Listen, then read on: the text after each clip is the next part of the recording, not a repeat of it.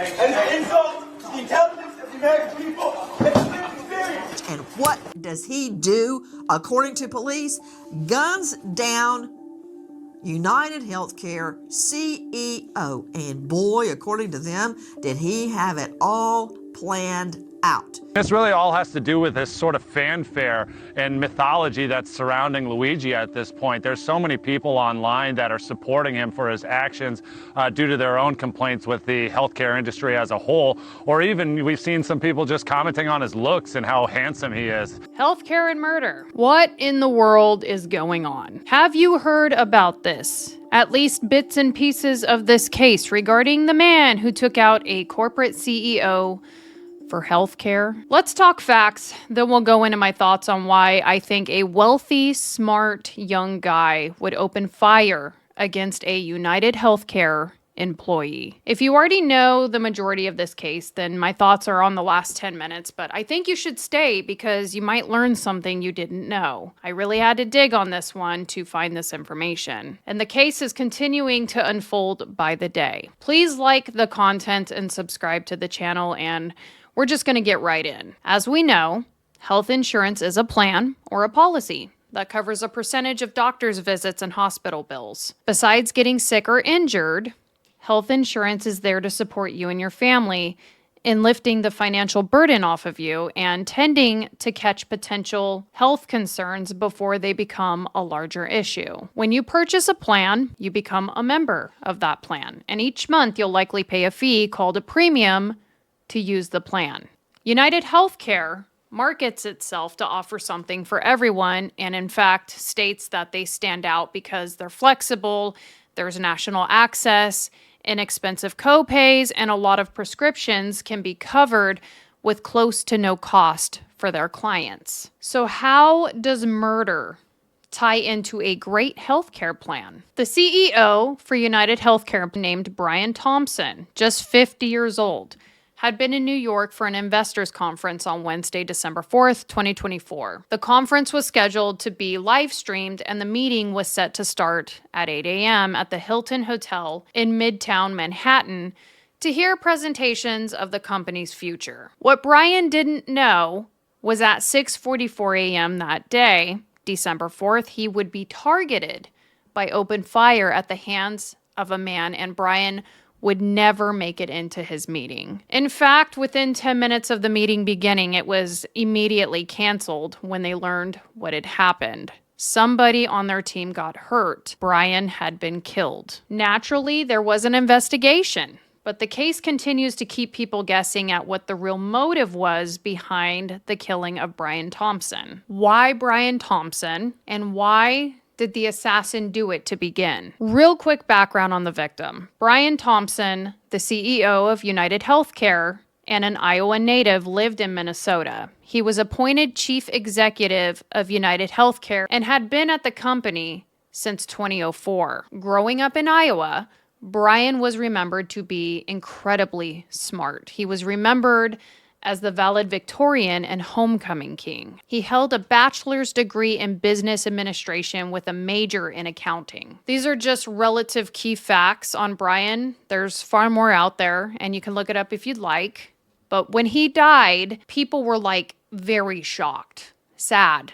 He was supposedly a very amazing person and well-liked. And that wasn't just coming from people that worked with him within United Healthcare. It was practically everyone who knew Brian. Additionally, he had married a woman named Paulette, who was in the medical field and had earned her Master of Physical Therapy degree from the University of Iowa, the same institution that Brian attended. The couple had 2 sons, ages 16 and 19, that they raised in a home that was valued at $1.5 million in Maple Grove, Minnesota. So it all seems ideal. However, after 2 decades of marriage, Brian and Paulette were separated and had lived separately in homes less than a mile apart, where Brian ended up purchasing his own home, said to be worth $1 million in 2018. After the death of Brian, Paulette, who he was separated from, ended up speaking very warmly on Brian, despite them,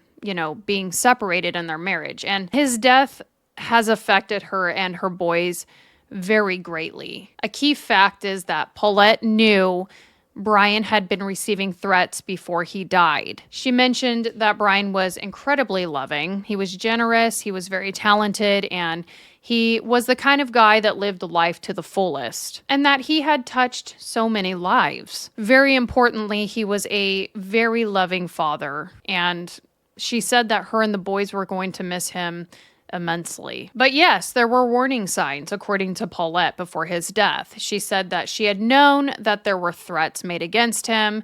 However, it's not really uncommon when you're in that field that people get upset and they come and they, threaten to sue you.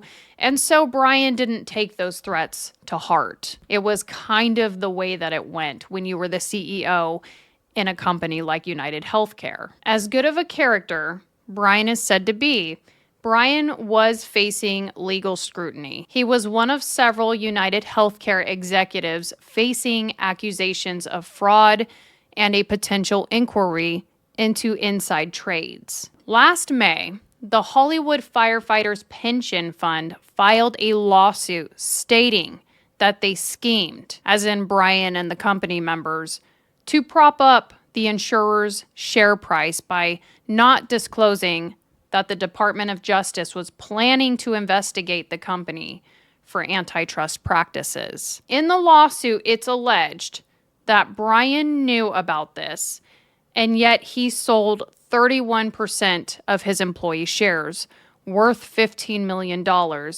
less than 2 weeks before the Department of Justice investigation became public knowledge. The DOJ investigation sent the company's share price down by 5%. Brian had not answered the claims in court because he ended up being killed. And to be very clear about Brian's wealth within this company, his $10.2 million annual pay package, including salary, bonus, and stock options awards, made him one of the company's highest paid executives. The job in itself that Brian was supposed to accomplish for this kind of money was to overlook a company that promises to take care of 49 million Americans. But despite all these beautiful, hopeful promises to take care of the clients who joined forces with United Healthcare, the clients found that they were paying into insurance that essentially was not giving back. People were suffering,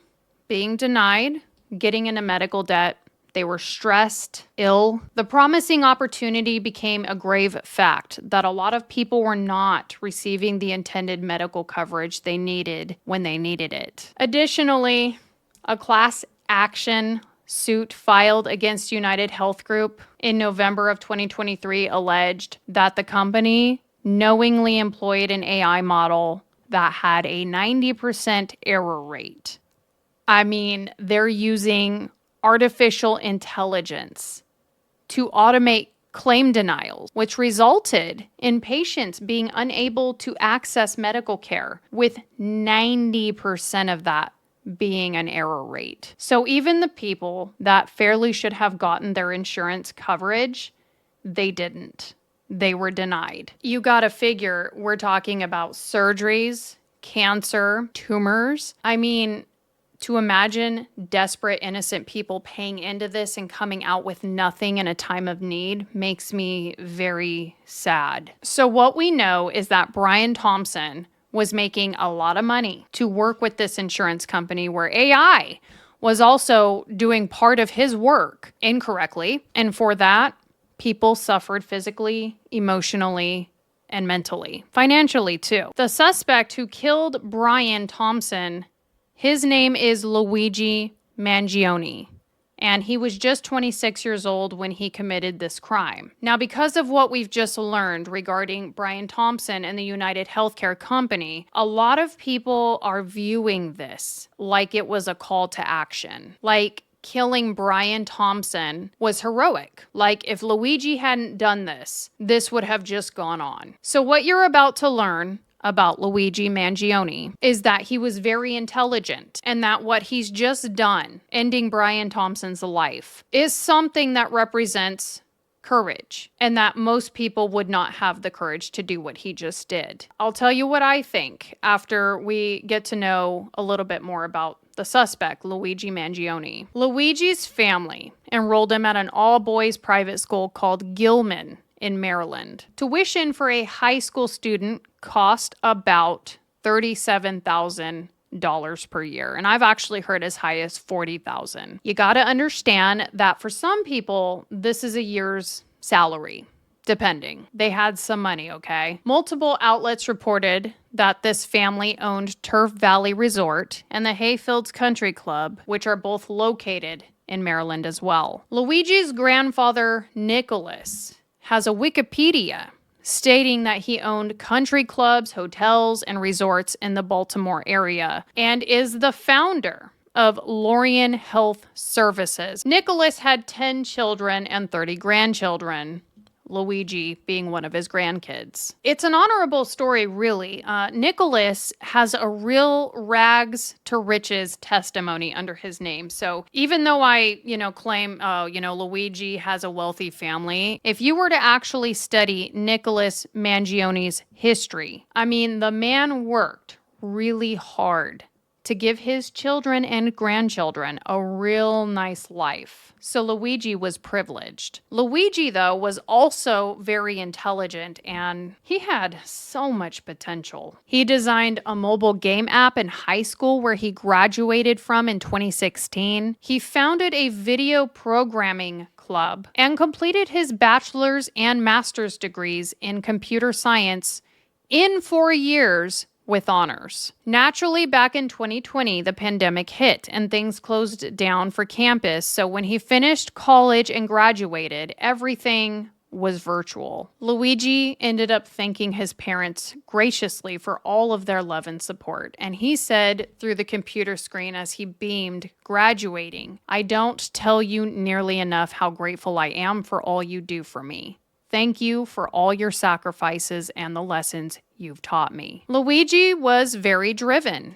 He even started a job right away after graduation remotely, starting in November of 2020 as a data engineer with TrueCar, an automotive digital marketplace company based out in Santa Monica, California. By January of 2022, he ventured out to Honolulu, Hawaii, where he found a community of people who really liked him out there. Now, within Goodreads, a book community that he had joined, he mentioned that he suffered from a condition known as spondylolisthesis, in which a vertebrae slips out of place, either because of a condition at birth or an injury. In Luigi's case, it was supposedly an injury. On Reddit, it was assumed that a user who paired with different profiles that Luigi used had been on Reddit and had expressed that they had suffered a surfing accident, and the user on Reddit said, "My back and my hips locked up after the accident."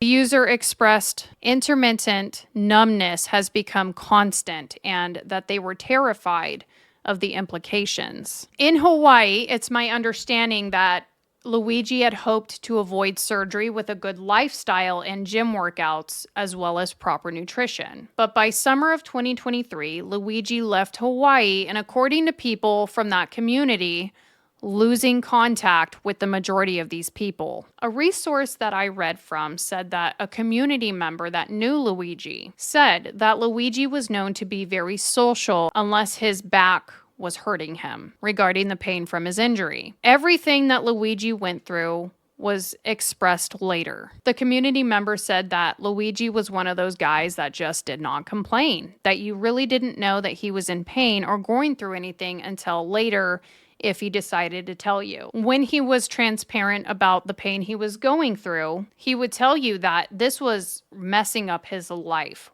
badly. He expressed that he couldn't be intimate with women because he was just in so much pain. Now, a resource from Hawaii by the name of RJ Martin said that there were times that he noticed Luigi was completely incapacitated for days when he was in pain from the injury. Eventually, this same individual, RJ Martin, checked in with Luigi after he left Hawaii, and Luigi ended up sending Martin an x-ray that he had completed surgery. This additionally became a cover photo next to a cartoon and a picture of Luigi on his Twitter X account. Now, out of all of this, and knowing this 26-year-old committed a crime, he was angry and targeted somebody within health insurance, the association between Luigi and health insurance is not currently known. The man there, you see, Mangione, was never a client of the medical insurer, and he may have targeted it because of its size and influence. So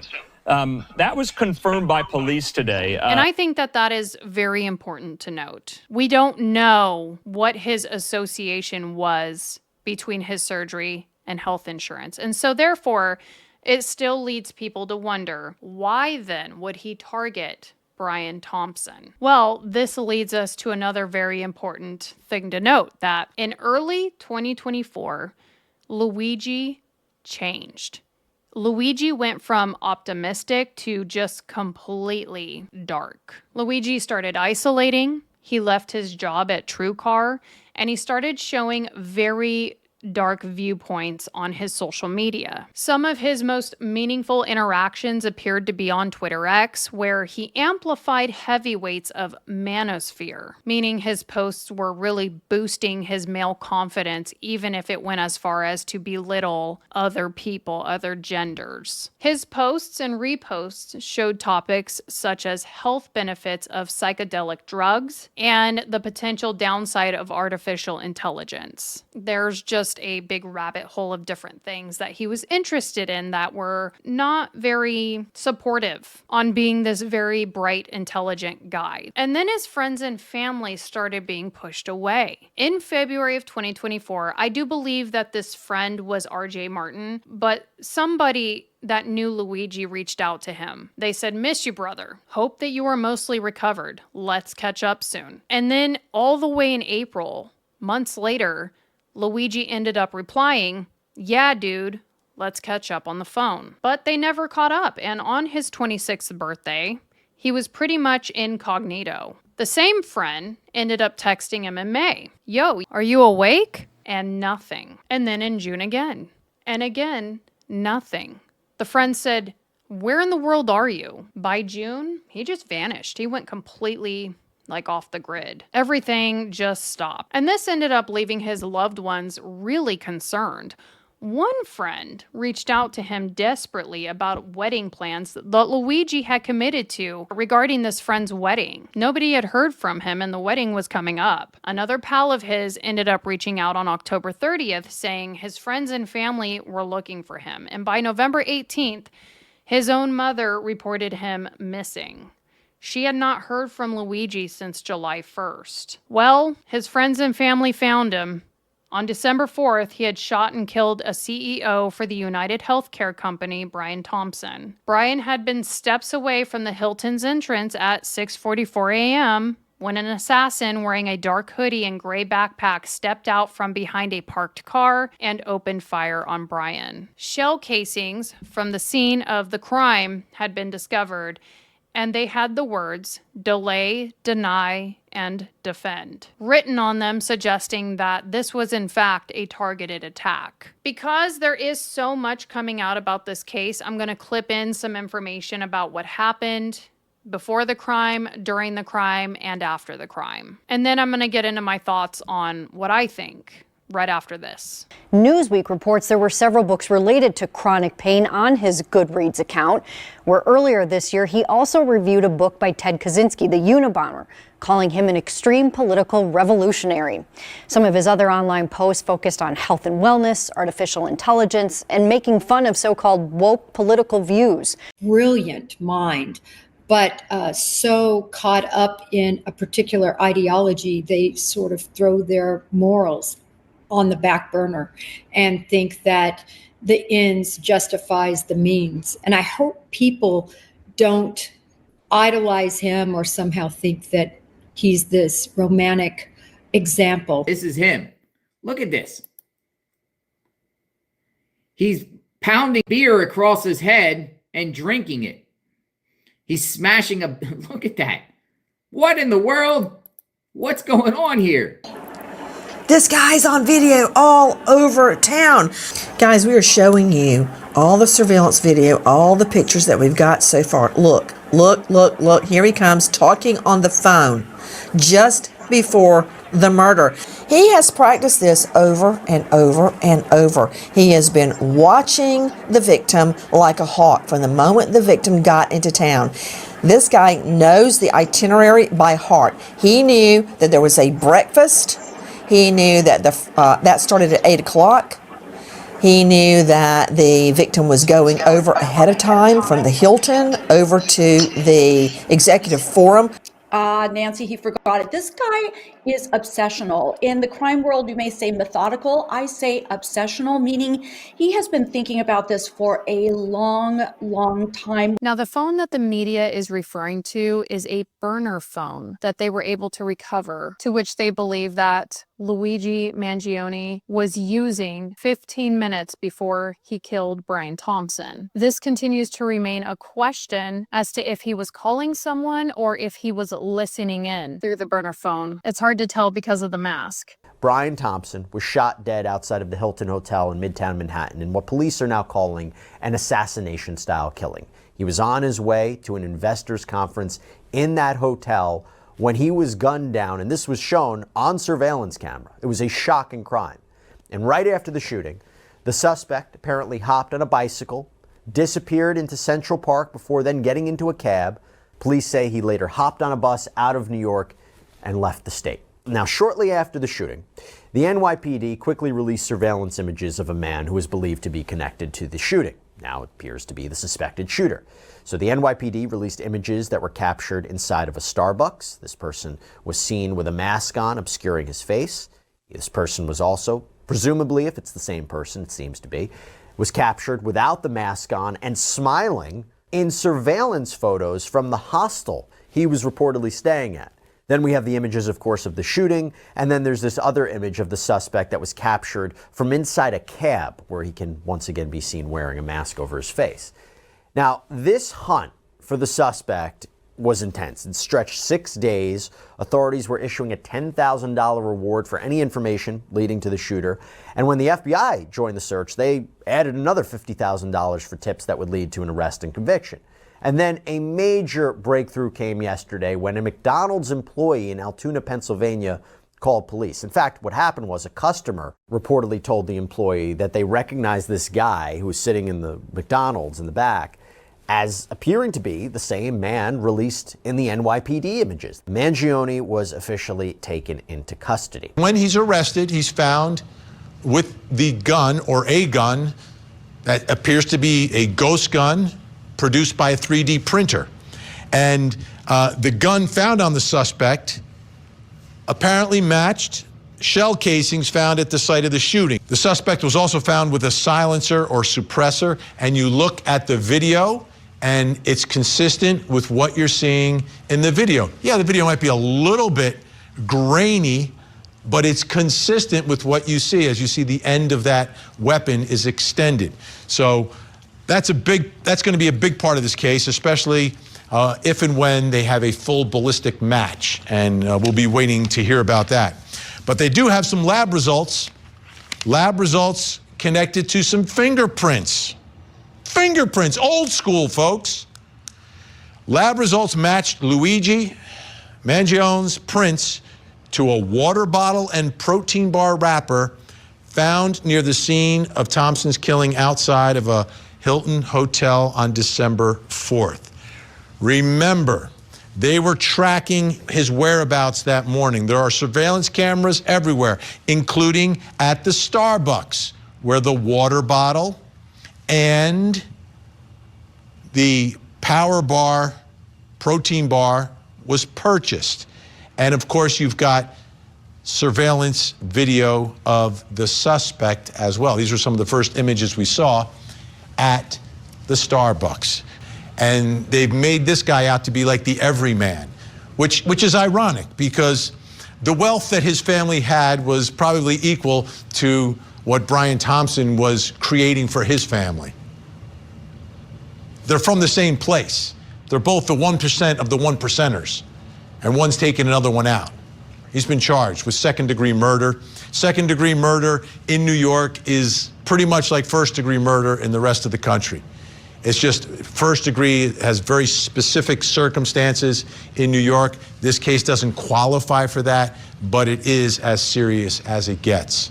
Luigi was discovered in a McDonald's all the way in Pennsylvania, and that's where his arrest took place after some bystanders at the McDonald's recognized him from the wanted photos posted about him from the crime. When police arrived, he was acting suspiciously. He had multiple fraudulent IDs and a U.S. passport, and among them was for a mark which matched the one that the gunman Luigi had used when he checked into the High New York City hostel. On him in McDonald's, he had the firearm and a silencer, which were both consistent with the weapon that was used at the murder of Brian Thompson. They also recovered clothing, including a mask consistent with that worn by the suspect. And then there was a manifesto. When he was arrested, they did say that he was cooperative, but that all ends up going away when you see this video footage here. And it's completely out of touch. And it's an insult to the intelligence of the American people and the lived experience. Now, what Luigi had said in the video was, it's an insult to intelligence of the American people and their lived experience. And if you think you're supposed to understand that, don't worry, you're not. That's really just kind of leading me into my thoughts on this whole thing. We got to go into some stuff that he wrote on his online accounts. January 24th, he posted a thread saying that he would get bummed in math class when learning theorems. All the low-hanging fruit has been solved before I was born. If I was alive at the time of the Pythagoras, I could have easily derived the Pythagorean theorem and etched my place in history. Then he went on to say that he felt lucky, though, that he gets to simply download the knowledge of all those who came before him, allowing him to stand on their shoulders and ponder new problems that they never would have had access to. What he's talking about is Pythagoras was a Greek mathematician and philosopher. He's most famous for formulating the Pythagorean theorem. And he's saying that if he had been around during that time, which is BC, okay, like way a long time ago, he could have mastered something that they did, but do it just as well or better. I feel that I see that he really honors people that were big enough and great enough to do something that no one else did. Okay, so now we go to his manifesto, his letter. To the feds, I'll keep this short because I do respect what you do for our country. To save you a lengthy investigation, I state plainly that I wasn't working with anyone. This was fairly trivial, some elementary social engineering, basic CAD, a lot of patience. The spiral notebook, if present, has some straggling notes and to-do lists that illuminate the gist of it. My tech is pretty locked down because I work in engineering, so probably not much info there. I do apologize for any strife or traumas, but it had to be done. Frankly, these parasites simply had it coming. A reminder, the US has the #1 most expensive healthcare system in the world, yet we rank roughly number 42 in life expectancy. United is the largest company in the US by market cap, behind only Apple, Google, and Walmart. It has grown and grown, but has our life expectancy? No. The reality is these have simply gotten too powerful, and they continue to abuse our country for immense profit because of the American public has allowed them to get away with it. Obviously, the problem is more complex, but I do not have the space, and frankly, I do not pretend to be the most qualified person to lay out the full argument. But many have illuminated the corruption and greed, e.g. Rosenthal and more, decades ago, and the problems simply remain. It is not an issue of awareness at this point, but clearly power games at play. Evidently, I am the first to face it with such brutal honesty. He made a clear point to say that he acted alone, and he never admits the darkness behind what he did. He doesn't say, I literally just ended someone's life. I'm angry. I committed a huge crime. I might be looking at prison. The way that he deems himself is very heroic, and he wants you to know, but I did it alone. What I think is this.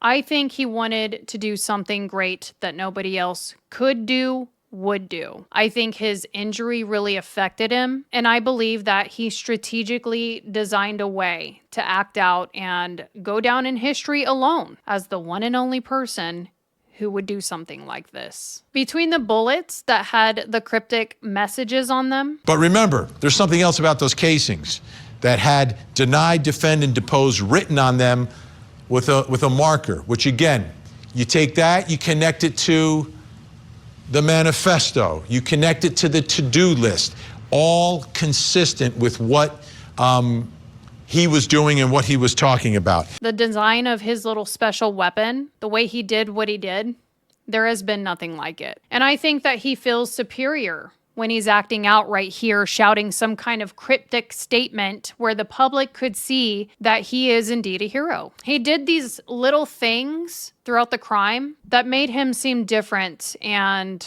shouting a statement and leaving behind his legacy in his mind that he's built up for how beautiful this all was in the end. I think this guy is out of touch with reality. I think that he is mental. I think he went down a rabbit hole in his head.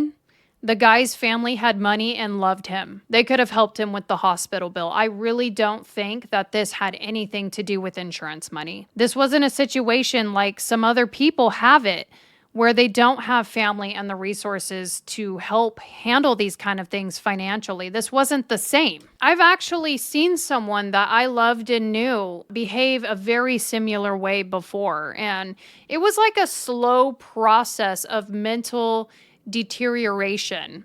It unfolded before my eyes like 8 to 10 years for the real mental illness to make headway, but it did eventually. It's crazy. The situations are too similar. The person that I'm talking about was incredibly intelligent. There was literally nothing this person could not do. They were smart, they were punctual, they were pretty social. They ended up having a child. They had a fabulous paying job, work credentials.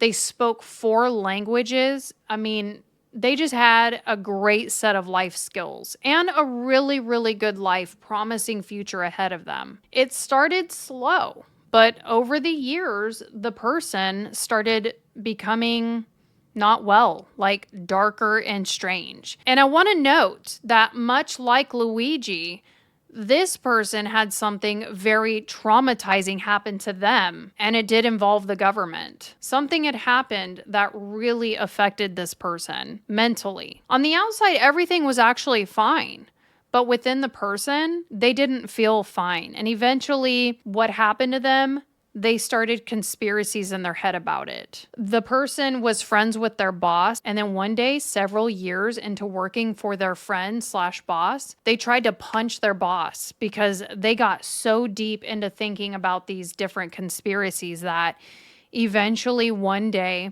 they thought that their boss was in on it. They thought that everybody was against them. They thought their ex-wife was in on it, their daughter, their friends.